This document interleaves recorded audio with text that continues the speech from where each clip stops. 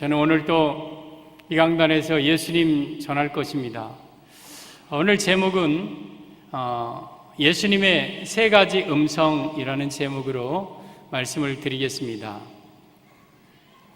우리 예수님께서 3년 동안 공생에 사시면서 많은 말씀을 전하셨는데요, 두 번에 걸쳐서는 특별히 좀 길게 말씀을 하셨어요.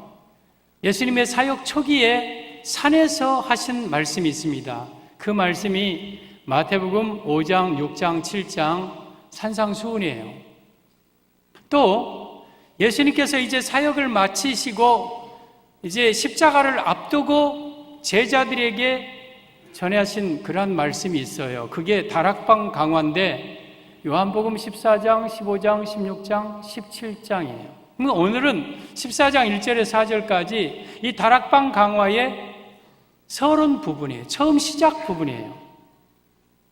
우리 예수님께서 제자들에게 내가 너희를 떠나가리라. 떠나가는 것이 너희에게는 유익이라. 너희가 지금은 나를 따라올 수 없지만 나중에 따라오리라. 자꾸 떠나간다고 해요. 그러니까 이제 제자들의 마음속에 불안한 생각이 들어요. 그러자 베드로가 물어봐요. 어디로 가십니까? 그때 예수님이 내가 가는 길을 너희가 지금은 모르지만 나중에는 알 것이고 나를 따라올 수 있을 것이다. 주여, 그런 소리 하지 마소서. 나중에라뇨. 지금 우리는 목숨 걸고 예수님 따르겠습니다. 그때 예수님께서 그렇게 말씀하셔요. 베드로야, 네가 닭 울기 전에 3번 나를 부인할 것이다. 이런 말씀을 하시고 요한복음 14장에 이제 너희는 마음에 근심하지 말라. 하나님을 믿으니 또 나를 믿으라. 내 아버지 집에 거할 곳이 많도다. 그렇지 않으면 내가 일렀으리라. 내가 너희를 위하여 거처를 예비하러 가노니 가서 너희를 위하여 처소를 예비하면 내가 다시 와서 너희를 나 있는 곳에 있게 하리라. 이런 말씀으로 다락방 강화가 이제 시작이 됩니다. 오늘 14장 1절에서 3절까지 4절까지 이 말씀 통해서 예수님의 세 가지 음성이라는 제목으로 말씀드릴 텐데, 이 예수님의 세 가지 음성을 여러분들이 이 시간 하나님의 육성으로 듣기를 바랍니다. 그리고 이 말씀은 우리에게 굉장히 중요합니다. 내가 왜 신앙생활을 해야 되는지, 내가 왜 예수님을 믿어야 되는지, 왜 내가 예수님을 떠날 수 없는지 이 본문 안에 기록이 되어 있어요. 오늘 내가 왜 교회 다녀야 되는지, 내가 왜 예수님을 믿어야 되는지 이 말씀을 통해 깨닫고 우리 하나님이 우리에게 주신 은혜가 얼마나 큰지를 깨닫고 은혜에 잠기는 귀한 시간이 되기를 바랍니다. 예수님의 세 가지 음성, 첫째, 너희는 마음에 근심하지 말라. 이 말씀입니다. 1절이죠. 너희는 마음에 근심하지 말라. 하나님을 믿으니 또 나를 믿으라. 마음에 근심하지 말라. 이 말씀은 어떤 의미냐면 내 삶에 찾아오는 고통스러운 삶 속에서도 내 마음에 염려하지 말라, 이러한 의미예요. 우리 사랑하는 성도 여러분, 예수님의 첫 번째 음성은 여러분의 삶에 힘들고 고통스러워도 염려하지 말라는 음성입니다. 근심하거나 염려하지 않기를 바랍니다. 이 근심이라는 단어가 헬라어로 원어로 타라소라는 단어예요. 이 타라소의 원뜻은 어지럽히다, 막 뒤 흔들어 놓다, 그런 뜻이에요. 막 휘젓다, 휘젓다. 그러면 우리 마음이 근심이 찾아오면 어떻게 되냐면 내 마음이 어지러워지고, 그리고 내 마음이 뒤집어지고, 막 내 마음이 휘저어지고 복잡해지고, 이게 근심이에요. 근심. 여러분, 우리 마음은 이렇게 뒤집어지고 막 복잡하고 그냥 막 어지럽고 그게 마음이 아니에요. 우리 마음은 차분해야 돼요. 우리 마음은 항상 질서가 있어야 되고, 우리 마음은 항상 평화가 있어야 돼요.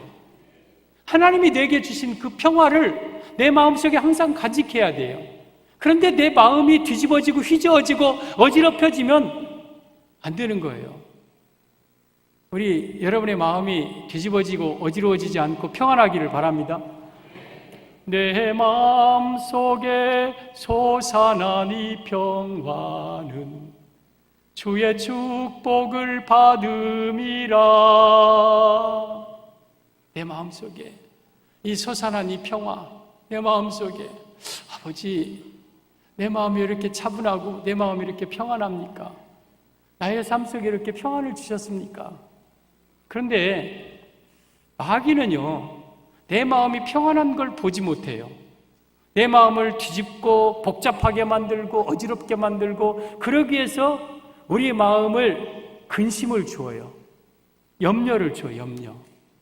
내 삶 속에. 그래서 내 마음을 막 뒤집어지고 염려로 가득 채워요. 그래서 잠언 4장 23절에 오면 무릇 지킬 만한 것보다 더욱 내 마음을 지키라. 생명의 근원이 이에서 남이니라. 내 마음을 잘 지켜야 돼요. 근심과 염려에서, 마귀에 의해서 내 마음을 잘 지켜야 돼요. 우리 성도 여러분, 여러분의 마음속에 근심과 염려와 걱정이 없기를 바랍니다. 디모데후서 1장 7절에 오면 하나님이 우리에게 주신 것은 두려워하는 마음이 아니요 오직 능력과 사랑과 절제하는 마음이니. 여러분, 내 마음에 두려워하는 생각, 또한 근심과 염려, 걱정, 이런 건 하나님이 주신 마음이 아니에요. 여러분이 살다가 어느 순간 내 마음속에 걱정이 찾아오고 근심이 찾아온다면 그건 하나님이 주신 마음이 아닙니다. 그러면 영적인 세계에서 하나님이 주신 마음이 아니라면 마귀가 준 거예요. 그래서 여러분의 마음을 마귀에게 내어주지 마세요. 근심과 염려와 걱정이 찾아오면 물리쳐버리기를 바랍니다. 시편 42편 5절에 오면 내 영혼아 내가 어찌하여 낭망하며 어찌하여 내 속에서 불안해하는고 너는 하나님을 바라라. 그 얼굴의 도우심을 인하여 내가 오히려 찬송하리로다. 내 마음속에 답답하고 때로는 낭망하고 내 마음에 근심이 찾아오는 것은 마귀가 준 마음이기 때문에 어찌하여 내 속에서 네가 불안하고 답답하고 염려하고 근심하느냐? 너는 하나님을 바라보아라. 하나님을 찬양하라. 그 얼굴의 도우심을 바라보아라. 여러분, 우리는 근심하면 안 돼요. 염려하면 안 돼요. 우리 하나님이 만약에 염려하고 근심하는 것이 하나님의 뜻이라면 아마 그랬을 거예요. 항상 근심하라. 쉬지 말고 염려하라. 범사에 걱정하라. 다시 말하노니 두려워해라. 이랬을 거예요. 근데 성경이 어디 염려하라, 근심하라, 걱정하라 있어요? 성경 있어요? 없어요. 항상 근심하지 말라. 염려하지 말아라. 두려워하지 말아라. 여러분, 염려, 근심은요, 두 가지 근심이 있어요. 하나는 세상 근심이 있고 하나는 하나님의 뜻대로 하는 근심이 있어요. 그 말씀이 고린도 후서 7장 10절에 나와 있는데요.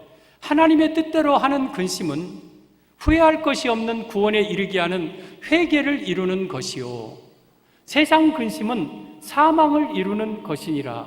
하나님의 뜻대로 하는 근심과 세상 근심이 있어요. 하나님의 뜻대로 하는 근심이 어떤 근심이냐? 나 좀 예배 좀 더 잘 드리기 원합니다. 나 세상 사랑하지 않고 예수님 좀 더 사랑하게 하옵소서. 하나님, 나 좀 정말 기도 좀 더 많이 해야 되겠습니다. 하나님, 나 너무 돈을 좋아합니다. 하나님, 너무 세상을 좋아합니다. 너무 내가 세상을 사랑합니다. 하나님, 나 좀 그러지 않게 해주옵소서. 이런 근심들, 이런 근심은 구원에 이르는 회개를 이루어요. 이런 근심은 여러분 많이 해야 돼요. 근데 우리는 이런 근심 별로 안 해요. 세상 근심이에요. 세상 근심은 사망을 이루는 것이라고 그랬어요. 여러분, 그래서 우리가 하는 근심들은 대부분 다 세상 근심이고 결국은 그 근심 속에 살다가 세상 사망을 이루는 게예요. 그래서 우리는 근심하지 말아야 돼요. 생활에 어떤 고통이 와도 근심하지 않기를 바랍니다. 이것이 예수님의 첫 번째 음성입니다. 그러면 여러분, 사람들은요 얼마나 많이 걱정하며 근심하며 사는지 몰라요. 그리고 사실 살다 오면 굉장히 근심과 염려의 걱정거리들이 많이 이 세상에 있어요. 내 마음속에 계획했던 일들이 이루어지지 아니하고 막힐 때에, 또한 답답할 때에, 내 앞길이 막막할 때에, 생활에 여러 가지 물질적인 압박이 쪼여올 때에, 또한 여러 가지 환경으로 내가 막 고통당할 때에 내 가슴이 오그라지고 정말 오금이 저리고 하는 그러한 상황 속에 우리 마음속에 막 근심들이 와요. 근심들이 와요. 그러면 그런 상황 속에서 어떻게 우리가 근심하지 않고 살아갈 수 있습니까? 어떻게 내가 염려하지 않고 살 수 있습니까?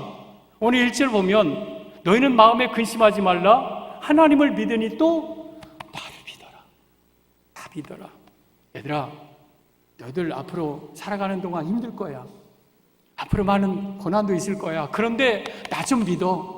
나 믿어, 나 믿어. 이 나 믿으라는 말은 예수 그리스도의 하나님의 아들 되심과 십자가에 못 박혀 죽으심을 믿는 이 믿음이 아니라 예수님의 능력을 믿는다고요. 예수님이 나를 도와주시고 나를 지키시고 이 문제를 하나님이 보호해 주시고 해결해 주실 그 예수님의 능력을 믿으라는 거예요. 여러분, 우리가 어려운 환경 속 고통 속에서도 근심하지 않을 수 있는 이유는 예수님 믿기 때문이에요. 예수님 나와 함께 하시고 나를 붙들어 주시고 이 문제를 통해서 하나님 한 명이 선을 이루실 것이라는 그 믿음을 가지고 있는 자는 상황이 어렵도 그래도 근심하지 않는 거예요. 여러분, 우리 성도들의 믿음은 다 차이가 있어요. 믿음이 큰 사람이 있고 믿음이 작은 사람이 있어요. 믿음이 약한 사람이 강한 사람이 있어요. 교회 오래 다닌다고 믿음이 강해지고 중직자라고 믿음이 크고 그러면 눈으로 어느 정도 보이겠지만 절대 그게 아니에요. 여러분, 우리 예수님께서 마태복음, 마가, 누가, 요한복음의 사복음서에 내 믿음이 크도다 하고 칭찬한 두 사람이 있어요. 내 믿음이 크도다. 그 사람은, 첫 번째 사람은 수로보니게 여인이에요. 가나안 여인. 딸이 귀신 들렸을 때에 예수님 앞에 주여 나를 불쌍히 여기소서, 내 딸이 흉악하게 귀신 들렸나이다 하면서 예수님 앞에 나왔어요. 그래서 예수님이 무시하고 나는 잃어버린 양 외에는 오지 않았다. 그리고 개들을 창에 부스러기 주는 것 마땅치 않다. 막 하면서 막 무시하는, 그래도 끝까지 이 여인이 예수님께 붙잡아요. 맞습니다. 나는 개입니다. 나는 이방입니다. 그래도 부스러기라도 좀 주옵소서. 막 악착같이 예수님께 달려드니까 예수님이 그 여인에게 내 믿음이 크도다. 이 여인은 이방 여인인데 믿음이 크다고 인정받았어요. 또 한 분은 백부장이에요. 백부장의 사랑하시는 종이 병들었어요. 그러자 유대 장로들 친구들을 보내서 예수님을 좀 모셔서 병을 좀 고쳐달라고 했어요. 그러니까 예수님께서 알았다. 그리고 백부장의 집에 가는데 또 사람을 보내어서 내 집에 오심을 나는 감당하지 못하겠습니다. 나도 남의 수하에 있는 사람이요, 내 아래도 군사가 있으니 이더러 가라면 가고 저더러 오라면 오고 이 사람들로 이를 하라면 하나이다. 그냥 거기서 말씀만 하옵소서. 그러면 내 하인의 병이 낫겠나이다. 여러분, 보통 사람들은 여러분 어때요? 와서 좀 고쳐달라고. 그러면 알았다고 여기서 우리 집에 가야 된다고. 그러면 집에 가서 그냥 앞에 있으면 그냥 아니 손 좀 대야 된다고 막 이러는데 백부장은 그게 아니에요. 그냥 거기서 말씀만 하면 나을 줄 믿습니다. 그러자 예수님이 기이 여기고 이스라엘 가운데 이렇게 큰 믿음을 내가 만나보지 못했더라. 그러면서 그 하인을 고쳐줘요. 그러니까 두 사람은 이방 사람임에 불구하고 큰 믿음으로 인정받았어요. 여러분, 우리 예수님 앞에 큰 믿음으로 인정받기를 바랍니다. 그런데 믿음이 작다고 책망받은 사람들이 있어요. 뜻밖의 의외로 예수님과 늘 같이 다니던 제자들이에요. 풍랑을 만났어요. 배를 타고 가다가 풍랑이 막 흔들리고 막 물이 들어오니 막 두려워서 벌벌 떨면서 선생님, 우리가 죽게 된 것을 돌아보지 아니하시나이까 하면서 주무시는 선생 예수님을 깨워요. 그때 예수님 풍랑을 잔잔케 하시고 제자들에게 어찌하여 두려워하느냐, 믿음이 적은 자들아. 그러니까 그런 환경이 막 어려웠을 때 두려워하고 근심하는 건 믿음이 적은 거예요. 또 한 번은 배를 타고 건너가다가 음식을 가져오기를 잊었어요, 제자들이. 그래서 서로 걱정해. 오늘 저녁 뭘 먹지? 배고픈데. 그때 예수님께서 어찌하여 의심하느냐, 믿음이 적은 자들아. 내가 5병이요 7병이요 기적 베풀어서 많은 사람 먹인 것 벌써 잊었느냐?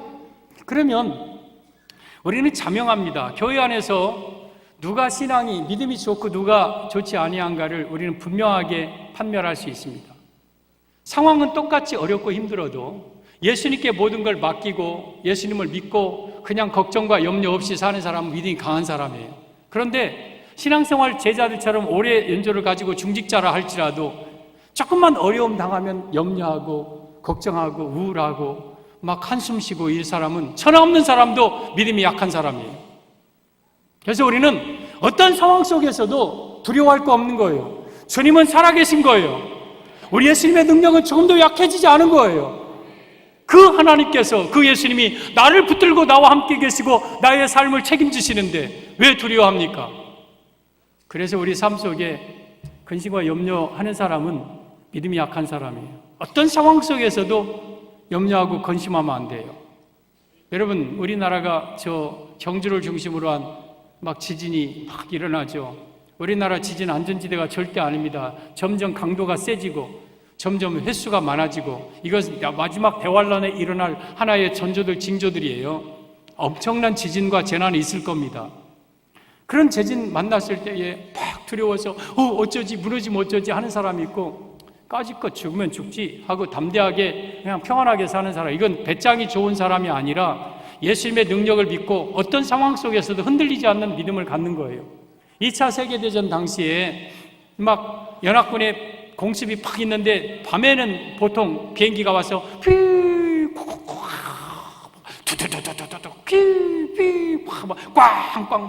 막 보통 밤에 이런 폭격이 이루어져요.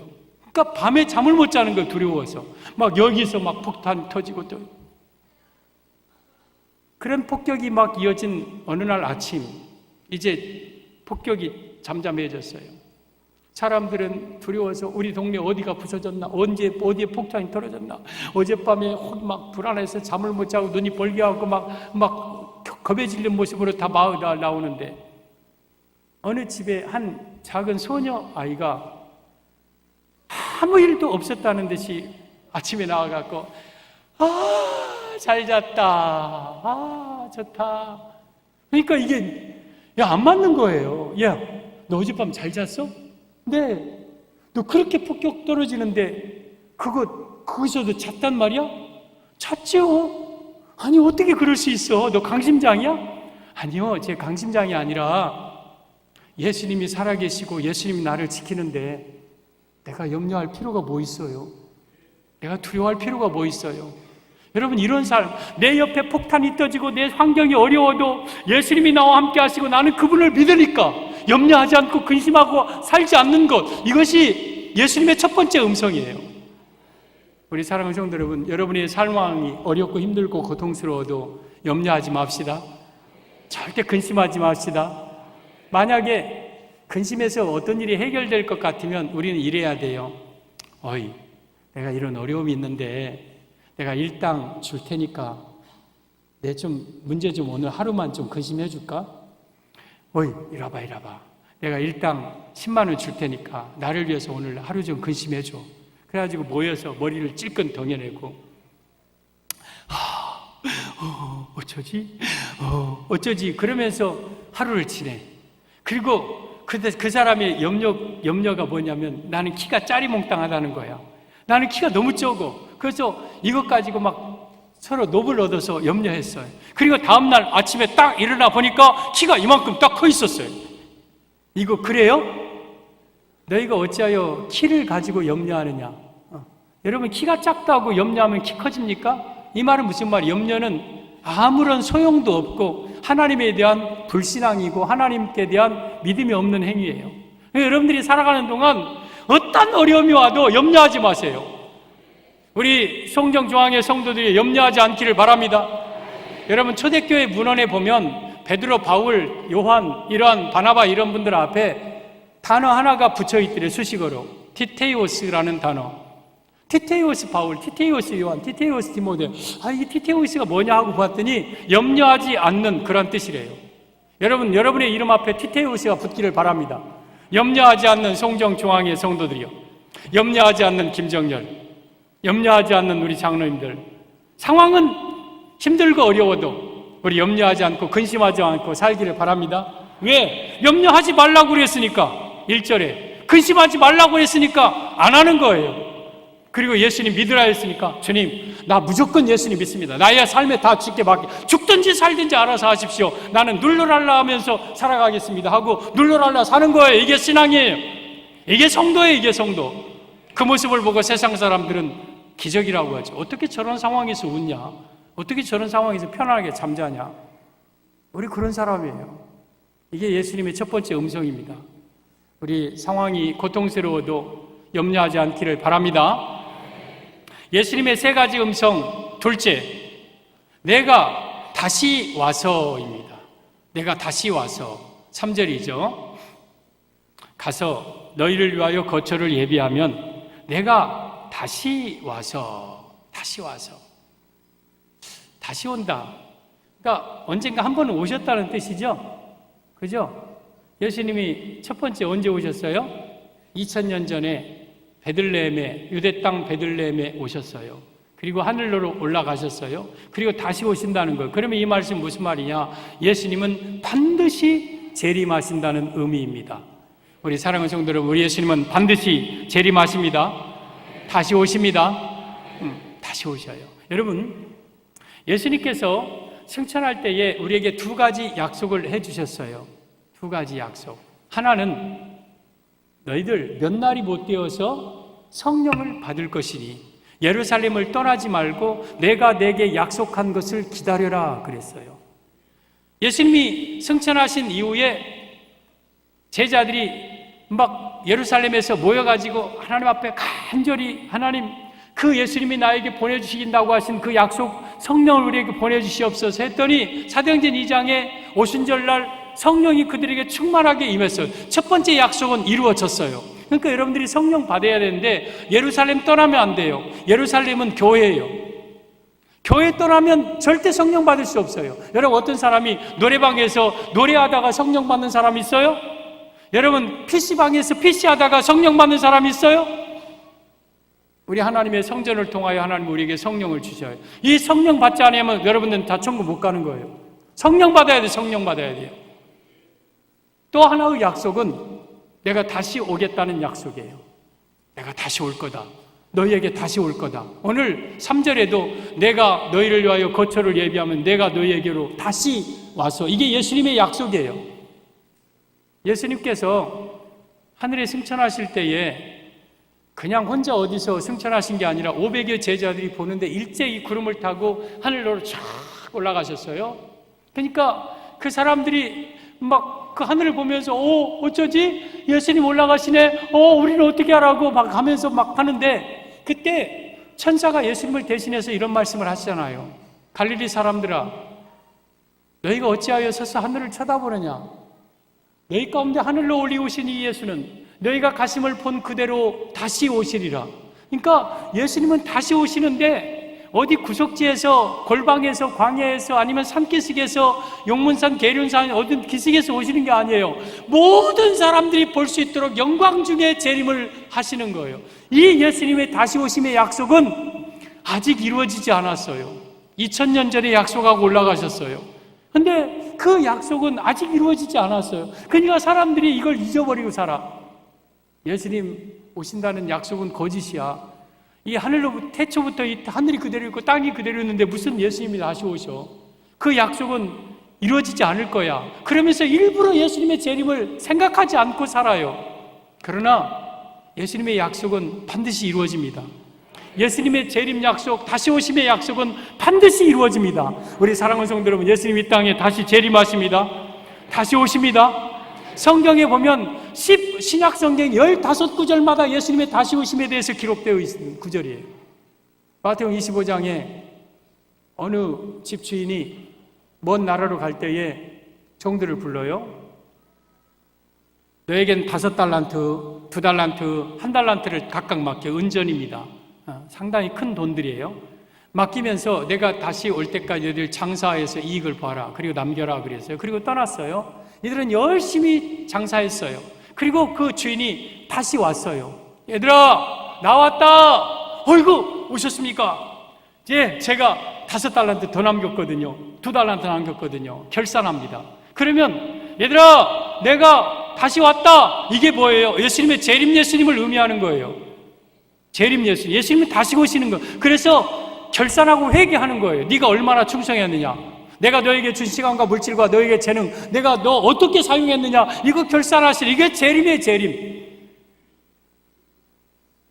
누가복음 19장에 오면 어떤 귀한 귀인이 먼 나라로 가서 왕위를 받아 가지고 가려고 가기 전에 또 종들을 불렀어요.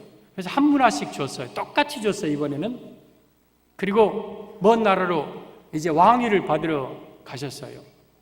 갈 때는 때로는 그냥 그 귀인의 모습으로 갔지만 거기서 왕위를 받아가지고 엄청난 행차와 함께 빰빰빠바바빰빰빰빰빰빰빰빰 막 하면서 막 와요.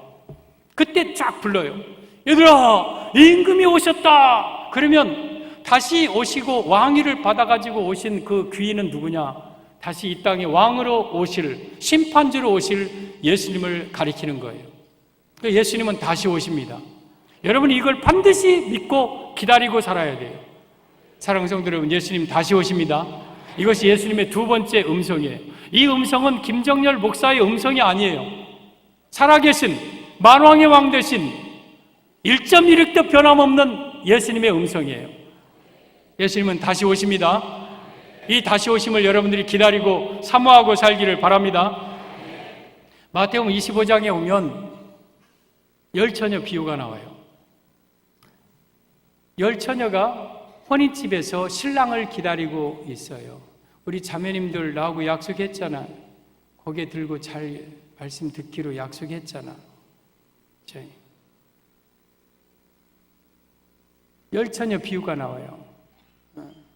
그래서 등불을 들고 이제 신랑이 오기를 기다리고 있는 거예요. 그 당시 신랑은요, 등불을 켜고 맞이해야 돼요. 등불이 꺼지면 신랑을 맞이할 수. 그래서 허리에 띠를 띠고 등불을 켜고 서 있으라고 그랬잖아요. 그래서 이 10명의 처녀가 등불을 켜고 신랑이 오기를 기다려요. 근데 신랑이 늦게 와. 밤이 9시가, 10시가, 11시, 12시, 1시, 2시. 그러니까 다 졸면서 자요. 졸려. 여러분, 최고로 눈꺼풀이 무거운 게 이 눈꺼풀이에요, 이거. 얼마나 무거운지, 여기 혹시 지금 이 엄청난 이 눈꺼풀의 무게에 눌려가지고 올려놓으면 또 내려오고, 올려오면 또 내려오고, 지금 그런 사람이 있을지. 이 눈꺼풀의 무게가 얼마나 무거운지 지구보다 더 무거워. 이게 얼마나 이게 내가 이겨내기 힘든지. 그럴 때는 이쑤시개를 이만큼 잘라가지고 여기다가 이렇게 받쳐놓고 있어요. 받쳐놓고.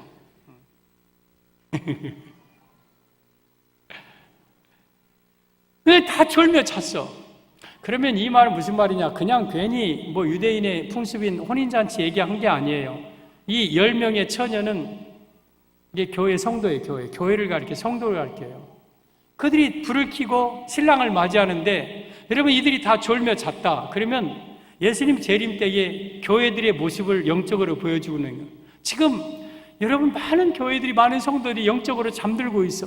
막 죽어가고 있고 잠들고 있고, 그런 상태에서 예수님이 오시면 여러분 천국 갈 사람 한 사람도 없어요.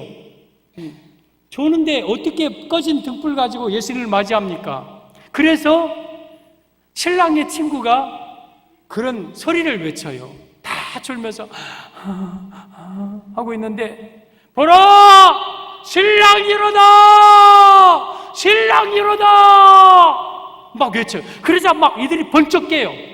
여러분, 잠자는 교회, 잠자는 성도를 깨우는 방법은요, 다른 방법 없는 거예요.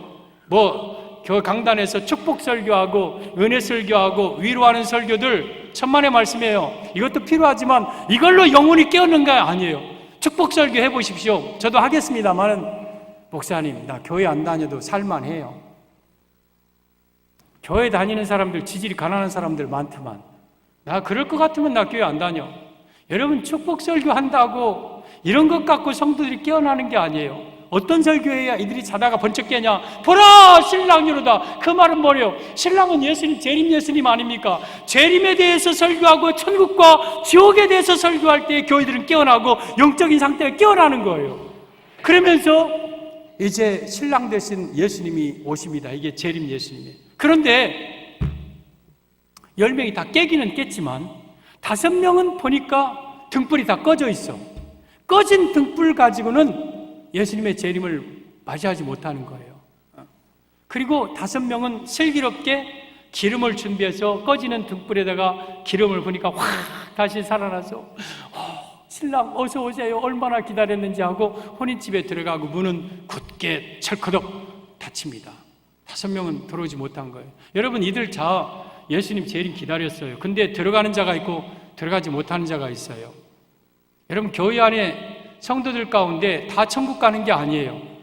저는 여기에 계신 여러분들이 전부 다 천국 가기를 정말 소원하고, 하지만 안타깝고 죄송한 건 여러분들이 다 천국 가는 거 아니에요. 여기에 천국 갈 자가 있고 못 갈 자가 있어요. 지옥 갈 자가 있는 거예요. 그럼 김정열 목사가 할 일은 뭐냐? 확률을 높이는 거예요. 가급적이면 1%라도 더 우리 성정중앙에 나온 성도들은 천국 가는 성도들로 만들려고 확률을 높이는 거예요. 그래서 제 목표는 100%지만 그건 불가능한 일이에요. 불가능한 일이에요. 누군가는 지옥 갈 사람들이 있어요. 누군가는 이 미련한 다섯 처녀와 같이 그냥 앉아있는 사람, 성령 없는 사람. 여러분, 이 등불은요, 교회 신앙의 형태를 가리켜요. 그 사람도 교회 나와요. 성경도 가지고 나와요. 그런데 그 안에 성령의 불이 꺼졌어. 그 안에 은혜의 불이 없어. 그러니까 차가운 등에. 그러니까 성령, 이 기름은 성령이거든요. 성령이 없이 신앙생활을 하면 냉랭합니다. 아주 차갑습니다. 그리고 그 사람은 교회 다녀도 천국 못 가는 거예요. 그래서 우리는 내게 성령을 주시옵소서, 내 성령의 불이 꺼지지 않게 하옵소서, 성령의 기름을 부어 주옵소서 하고 성령을 사모하여 우리가 성령 충만할 때 언제 예수님 오실지 모르지만 오시는 그날 등불 밝히고 천국에 들어가는 거예요. 이 못 들어간 사람들은 어때요? 문을 두드리면서 주여, 주여, 문을 열어주소서, 문 열어주소서. 우리가 주의 이름으로 귀신 쫓아내지 않습니까? 주 앞에서 떡을 먹었지 않습니까? 그때 문 안에서 준엄한 말씀이 나옵니다. 내가 너희를 도무지 알지 못하니 불법을 행하는 자들아 떠나가라. 밖에서 슬피 울며 이를 갈미 있으리라. 굳게 닫힌 문은 열려지지 않는 거예요. 예수님 재림할 때까지 우리가 예수님을 믿을 수도 있고 안 믿을 수도 있어요. 그러나 예수님 한번 재림한 이후로는 그때는 끝나는 거예요. 기회가 없어요. 기회가 없어요. 성도 여러분, 우리는 예수님의 재림을 믿어야 되고 기다려야 됩니다. 예수님은 반드시 이 땅에 다시 오십니다. 마태복음 24장에 오면 수많은 재림 징조들이 일어났는데 지금 그 징조들을 보면 거의 다 이루어져요. 연속적인 징조가 있고 단회적인 예수님의 재림의 직전에 일어날 5가지와 연속적인 15가지 이 징조들이 일어나는데 이런 징조들을 우리는 분별할 줄 알아야 돼요. 제가 가르쳐 드릴 거예요. 하나하나. 예수님 재림 때는 어떤 징조들이 어떻게 일어나고 어떻게 빈번해지고 어떻게 강해지고 예수님 재림 때 단회적으로 일어나는 징조들은 뭐고 그 징조를 보면 예수님의 재림이 가깝다는 것을 가르쳐 드릴 거예요. 우리 성도 여러분, 예수님 재림이 심히 가깝고 임박한 시대에 우리가 살고 있습니다. 마태복음 24장 29절 보면 그날 환란 후에, 그러니까 마지막 이때 이제 대환란이 오거든요. 환란의 마지막 끝날에 해가 어두워진다. 지금 저 해가 어두워지는 거예요. 달이 빛을 내지 않고 핏빛같이 변합니다. 별들이 하늘에서 떨어집니다. 그래서 하늘의 권능들이 막 흔들리고 이게 지금 처음 하늘과 처음 이거 땅들이 다 없어지고 뒤죽박죽되고 천재지변이 일어납니다. 뭐 조금 일어나는 전 우주적인 대변동이 일어납니다. 그리고 그때에 인자의 징조가 하늘에서 보이겠고 인자는 예수님이에요. 재림 예수님의 징조가 하늘에서 그건 모릅니다. 그때 보면 압니다. 뭔가 하늘에서 예수님이 오시는 징조가 딱 보이고 그리고 그때에 땅의 모든 족속들이 통곡하며 저 사람들은 지옥 갈 사람들이에요. 예수님 재림 때 지옥 갈 사람들은 통곡하죠. 예수님의 재림은 이제 끝나거든요. 통곡하고 그들이 이제 인자의 구름을 타고 큰 능력과 오는 것이 인자가 구름을 타고 예수님은 가실 때 다시 오마 하신 예수님은 구름을 타고 저 구름은 영광을 가리켜요. 큰 능력과 영광으로 예수님이 오는 것을 그들이 눈으로 본다. 영으로 재림하는 게 아니에요. 자연적으로 눈으로 볼 수 있도록 모든 백성들이 볼 수 있도록 오는 것을 보는 거예요. 그가 예수님이 큰 나팔 소리와 함께 데살로니가전 4장 16절에 저가 큰 나팔 소리와 함께 천사장이 호령 나팔로 온다 하셨잖아요. 천사들을 보내리니 그들이 그의 택하신 자들을 하늘 이 끝에 땅 끝까지 저 끝까지 사방에서 모으리라. 여러분, 우리 예수님은 이 땅에 분명히 다시 오십니다. 오늘 요한복음 14장 3절에 내가 너 있는 곳 내가 다시 와서, 이 말은 그냥 하는 말이 아니에요. 머지않아 예수님은 다시 오시는 거예요. 여러분들 위해서 예수님의 재림을 간절히 사모하고 살아야 돼요. 예수님의 세 가지 음성. 첫째, 너희는 마음에 근심하지 말라. 어떤 삶의 고통이 와도 염려하고 근심해서는 안 된다. 근심하지 말라. 이게 명령입니다. 명령. 둘째, 내가 다시 와서, 그러니까 내가 너희에게로 반드시 재림하겠다, 다시 오겠다는 것이 예수님의 두 번째 음성입니다. 예수님의 세 가지 음성. 셋째, 나 있는 곳에 너희도 있게 하리라, 이러한 말씀입니다. 나 있는 곳에 너희도 있게 하리라. 3절입니다. 가서, 이 말 무슨 말이에요? 승천이죠. 너희를 위하여 거처를 예비하면, 거처가 천국이에요. 천국을 예비합니다. 그리고 내가 다시 와서, 예수님이 다시 와, 재림이죠. 너희를, 그때 예수님을 믿던 성도들을 내게로 영접하여 나 있는 곳, 나 있는 곳이 어디예요? 천국이에요. 그러니까 이 말은 무슨 말이냐? 예수님의 재림으로 우리를 천국으로 데려가시겠다, 이러한 의미입니다. 우리 성도 여러분, 우리 예수님의 재림은 우리를 천국으로 인도하시기 위한 재림입니다. 여러분, 여기에 보면 나 있는 곳이 있어요. 나 있는 곳. 예수님 계신 곳은 어디든지 천국이에요. 그죠? 예수님이 왕으로 다스리는 곳은 어디든지 천국이에요. 이 송정중앙교회가 예수님이 계신 곳이기 때문에 이곳은 천국이에요. 내 마음의 중심에 예수님이 계신다면 내 마음은 천국이고, 내 가정이 예수님이 계신다면 천국이고, 예수님 없는 곳은 지옥인 거예요. 그러면 지금 이 성전과 내 마음과 내 가정은 천국의 지점과 같아요. 본점이 있어요. 본점. 그 천국에 내가 죽은 이후로 들어갈 영원한 천국이 있는데, 그 천국에 내가 들어가는데 누가 나를 데리고 들어가느냐? 예수님이 나를 천국으로 데리고 들어가는 거예요. 그 누구도, 그 어떤 사상도, 그 무엇도 우리를 천국으로 들어가게 할 수 있는 분이 없는 거예요. 오직 예수님 한 분밖에 없는 거예요. 여러분, 이 세상을 떠나면 지옥이 있고 천국이 있어요. 중간은 없는 거예요. 여러분, 지옥 아니면 천국이에요.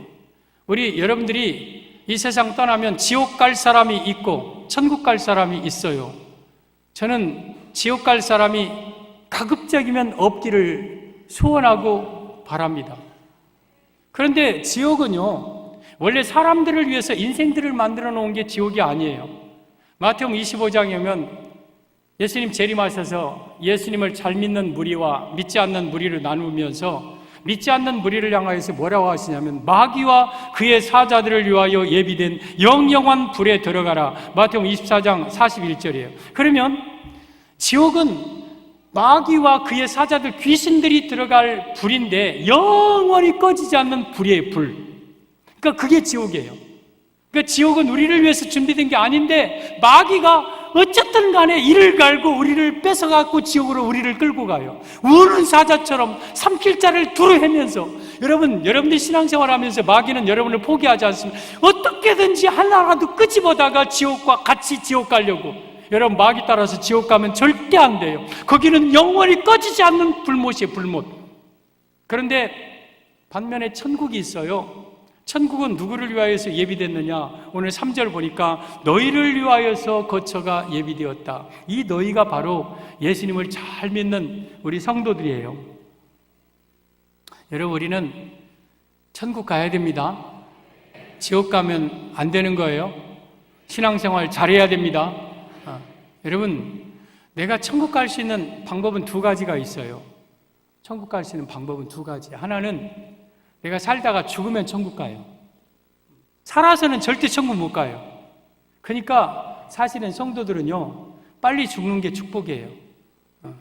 근데 또 그런 말씀도 있어요. 전도서 3장 10절에 오면 하나님이 사람에게 영원을 사모하는 마음을 주셨느니라. 그래서 오래 살고 싶은 마음도 또 하나님이 주신 마음이에요. 그러나 사실은요, 정말 냉정하게 따지면 지금이라도 우리 죽어서 천국 가는 게 축복이에요. 천국은 이 땅과 비교할 수 없는 영광의 나라이거든요. 그래서 사도 바울은 내가 지금이라도 너희를 떠나 그리스도와 함께 있는 것이 내게는 더 좋으나, 빌립보 4장 23절인가요? 내가 더 좋다. 지금이라도 천국 가기를 좋아한다. 그래서 우리 성도들은요, 적당히 연세 드셔서 살면 그냥 돌아가시세요. 그래도 그 막 똥오줌 받아내고 그런 분들 말이에요. 아이, 목사님, 교회 갔더니 빨리 죽으라고더라. 이제 건강하게 사는 분들은 괜찮지만, 그래서 연세 드신 분들 돌아가실 때 막 뭐 알부민 주사 맞고 영양제 맞고 그런 거 하지 말라고 그래요, 그거. 괜히 돈만 많이 들고 자기만 고생하고 형제들 다 친구들 고생시키는 거. 그리고 죄송하지만 80 이상 넘은 분들은 암 걸려도 수술을 하지 마요, 그냥 살다 돌아가시지 뭐 한다고 또 수술한다고 하고 항암치료 받다가 다 죽어요. 고생스럽게 죽지 말고 연세 드시면 암도 천천히 진행한대요. 그냥 암하고 사는 거예요, 그거 그냥 친구처럼 사는 거예요. 여러분, 우리가 이 세상 떠나면 천국 가는데 뭐가 두려워할 게 있습니까? 이게 성도예요. 그래서 죽음을 무서워하지 않는 것. 또 천국 가는 두 번째 방법이 예수님 재림하시는 거예요. 빰빰 빠바바밤 팍 오면 그때 우리 성도들이 일제히 변화되어서 천국에 가는 겁니다.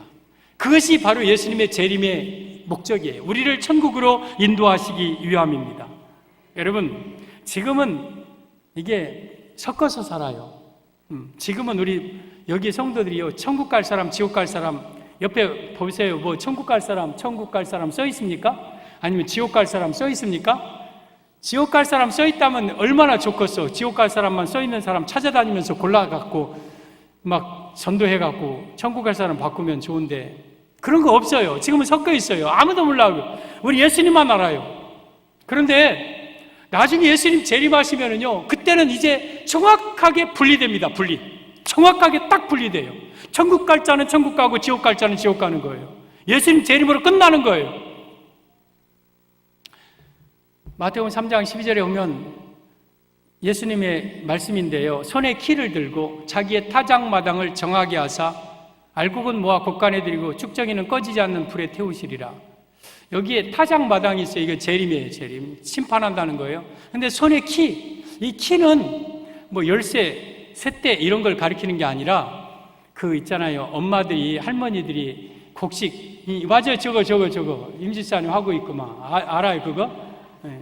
이거 이렇게 키 있잖아요, 그죠? 그냥 있어요, 그런 거. 이게 이렇게 생겨갖고 대나무를 짜갖고 이렇게 있죠? 네. 그 키를 들고 타작마당을 정하게 알곡과 쭉정이는 모은다.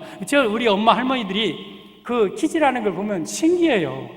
야, 어떻게 그렇게 잘하는지 몰라. 그 곡식을 넣고요, 까불르면은요, 이게 알곡은 점점 안으로 탁 들어와요. 그리고 쭉정이나 이런 것들은 밖으로 조금씩 밀려나가요. 그러다가 이렇게 하다가 손으로 탁 치면 딱 잘라져요. 그죠? 그리고 요 안에 있는 것은 국간에, 그리고 요 밖에 있는 것은 싹싹싹 쓸어가지고 불태워버려요. 그러면 그게 이제 우리 모습인데, 마지막 탁 치는 순간이 예수님 재림의 순간이에요. 지금은 섞여서 몰라요. 그러다가 예수님 재림하면 정확하게 예수 믿는 자와 믿지 않는 자로 부분되어서 곳간에 들인다는 건 천국 간다는 뜻이고, 불에 태워버린다는 지옥의 불 속에 들어간다는 거. 그때 마지막 탁 칠 때 남는 자로 살아 있어야 돼요. 그래서 우리는 살아남아야 돼요. 옆에 있는 분에게 재림 때 살아남읍시다. 네. 살아남읍시다. 우리 살아남아야 돼요. 할렐루야. 여러분, 우리 예수님 재림하셔서 그 사랑하는 성도들을 천국으로 인도하기 위해서 나 있는 곳에 너희를 데리러 오겠다. 나 있는 곳에 너희로 있게 하리라. 이것이 예수님이 오늘 세 번째 하신 말씀이에요. 그때 여러분 지옥 가면 안 돼요. 절대 안 돼요. 죽어도 지옥 가면 안 돼요. 저는 목사이지만 저는 거의 매일 뭔 기도하냐면, 하나님, 김정열 저 지옥 가지 않게 해주세요. 나 천국 가게 해주세요. 천국 가야 됩니다. 큰일 납니다, 지옥 가면. 와, 천국 갈 줄 알고 죽었는데 막상 지옥에 떨어진다고 생각해보고 그게 현실이라고 생각하면 이거 끔찍하고 이건 영원히 불 속에서 고통당한다고 생각하면 자다가도 벌떡 일어나서 사시나무 떨고 떨어야 되고, 구원을 두려워하고 염려하라는 게 아니라 그만큼 두렵고 떨리는 마음으로 신앙생활 잘해야 된다는 거예요. 여러분, 욥이 머리끝부터 발끝까지 악창이 나고 막 재물 다 뺏기고 형제 자매 다 뺏기고 다 잃어버렸을 때에 그 욥이 한 고백이 욥기 19장 25절에 기록이 되어 있는데요. 한번 보세요. 내가 알기에는 나의 대속자가 살아계 대속한다는 것은 대신 구원해 준다는데 저 대속자가 예수님이에요. 예수님은 살아계십니다. 죽은 예수 아니에요. 살아계셔요. 살아계셔. 시퍼렇게 살아계신 거예요. 살아계십니다. 마침내 그가 땅 위에 서시고 저게 재림이에요. 예수님이 마침내 땅 위에 이 땅에 새하늘과 새 땅에 재림하실 겁니다. 내 가죽이 벗김을 당한 뒤에도 가죽 벗김 당한다 이건 죽음이에요. 내 가죽에서 내가 나오는 게 죽음이에요. 이건. 이게 죽음이에요. 내가 육체 밖에서 내가 내 영이 내 가죽 밖에서 내가 하나님을 본다. 그 말은 뭔 말이에요? 천국에 가면 하나님을 본다는 말이에요. 하나님을 본다는 말. 지금은 우리가 내 눈으로 하나님을 볼 수 없어요. 고린도전서 13장 12절에 오면 지금은 우리가 거울로 보는 것 같이 희미하나 그때는 얼굴과 얼굴을 대하여 볼 것이요 내가 지금은 부분적으로 하나 그때는 주께서 나를 아신 것 같이 내가 온전히 주를 알리라. 내가 천국에 가면 내가 얼굴을 눈으로 볼 거예요. 그리고 예수님은 완전히 알 거예요. 하나님 봅니다. 내가 그를 보리니. 여러분, 욥이 아브라함 당시 사람입니다. 지금부터 한 4,000년 어마어마한 오랜 시간의 세월의 사람인데 벌써 내가 하나님을 천국에서 보겠다고 고백하고 이게 하나님의 말씀인 증거예요. 내 눈으로 그를 보기에 낯선 사람처럼 하지 않을 것이라. 여러분, 우리가 천국 가면 예수님이 낯설으면 안 돼요. 예수님이 낯선 분이 아니라 많이 익숙한 분, 많이 친근한 분. 내가 항상 예수님 생각하고 예수님 부르고 예수님 사랑하는데 천국 가서 예수님이 누구시더라? 처음 보는데 그러면 아니에요. 낯선 사람처럼 보지 않고 내가 늘 그리워했던 예수님, 그리고 내 마음이 초조하다. 지금 이 말은 무슨 말이에요? 내가 천국에서 그 예수님을 보기에 초조하다. 좀 빨리 봤으면 좋겠다. 여러분, 이게 우리 마음이에요. 여러분, 예수님 빨리 오셨으면 좋겠다. 내가 천국 가서 예수님을 좀 보고 살고 싶다. 이 마음을 가지고 살아야 돼. 이게 욥의 고백이고 우리의 고백이에요. 요한계시록 22장 3절에 오면 다시 저주가 없으면 천국이에요. 천국은 저주 없는 거예요. 하나님과 그 어린 양의 보좌가 그 가운데 있으리니 어린 양은 예수님이죠. 그 하나님이 천국의 중심에 계시고 그의 종들이 바로 우리예요. 우리가 그를 섬깁니다. 다시 그의 얼굴을 볼 터이요. 봤잖아요. 말씀하셨잖아요. 천국 가면 예수님 얼굴 봅니다. 그의 이름이 그들의 이마에 있으리라. 이게 성령의 인침을 받은 자들이 천국 가서 예수님을 본다는 말이에요. 지금은 예수님은 영으로 계시기 때문에, 하나님 영으로 계시기 때문에 이곳에 계시고 내 안에 계시면서도 내가 눈으로 못 보지만 내 육체 밖에서 가죽을 벗김을 당한 뒤에 내가 하나님 앞에서 천국에서 하나님을 보게 되는 거예요. 그리고 그 모습이 낯설지 않는 거예요. 그러면서 그 재림을, 그 다시 오심을 간절히 사모하며 초조하게 사는 것, 이게 참된 신앙인의 모습인 거예요. 사랑하는 성도 여러분, 우리 예수님 이 땅에 다시 오십니다. 그리고 우리를 천국으로 인도하십니다. 오늘 예수님의 세 가지 음성 가운데 내가 왜 예수님을 믿어야 되는가를 우리가 깨달아야 됩니다. 내가 왜 예수님을 믿어야 되는가? 교회 안 다니면 안 되는가? 다른 종교 다니면 안 되는가? 내가 왜 교회만 다니고 왜 예수님만 믿어야 되는가? 첫째, 너희는 마음에 근심하지 말라. 하나님을 믿으니 또 나를 믿으라. 내 삶 속의 모든 고통 속에서 예수님이 나를 지켜주고 나를 붙들어주고 나를 해결해 주기 때문에 염려 근심하지 않고 살 수 있는 분은 오직 예수님밖에 없기 때문에. 둘째, 예수님이 이 땅에 다시 재림하시기 때문에. 그리고 셋째, 나를 천국으로 인도해 주시는 분이기 때문에 우리 예수님만 믿어야 돼요. 예수님만 사랑해야 돼요. 이 은혜가 우리 모두에게 있기를 주님의 이름으로 축원합니다. 축원합니다. 하나님 아버지 감사합니다. 우리 예수님의 세 가지 음성을 이 시간 들었습니다. 너희는 마음에 근심하지 말라. 나를 믿으라. 나를 믿으라. 우리 생활에 어떤 어려움이 와도 근심, 걱정, 염려하지 않고 주께 맡기게 하옵소서. 예수님의 다시 오심을 믿고 기다리게 하여 주옵시고 다시 오셔서 우리를 천국으로 인도할 걸 사모하고 살게 하옵소서. 이 가운데 한 사람도 낙오되어 지옥 가는 자가 없게 하여 주옵시고 모두 다 천국 가게 하옵소서. 오직 예수님 붙들고 오직 예수 신앙으로 살게 하옵소서. 다시 오실 예수님의 이름으로 기도 올리옵나이다. 아멘. 주 예수 그리스도의 은혜와 우리 아버지 하나님의 무한하신 사랑하심과 성령님의 위로 교통 충만하신 역사가 사랑하는 온 성도들 머리머리 위에 이제로부터 영원까지 함께 있을지어다. 아멘.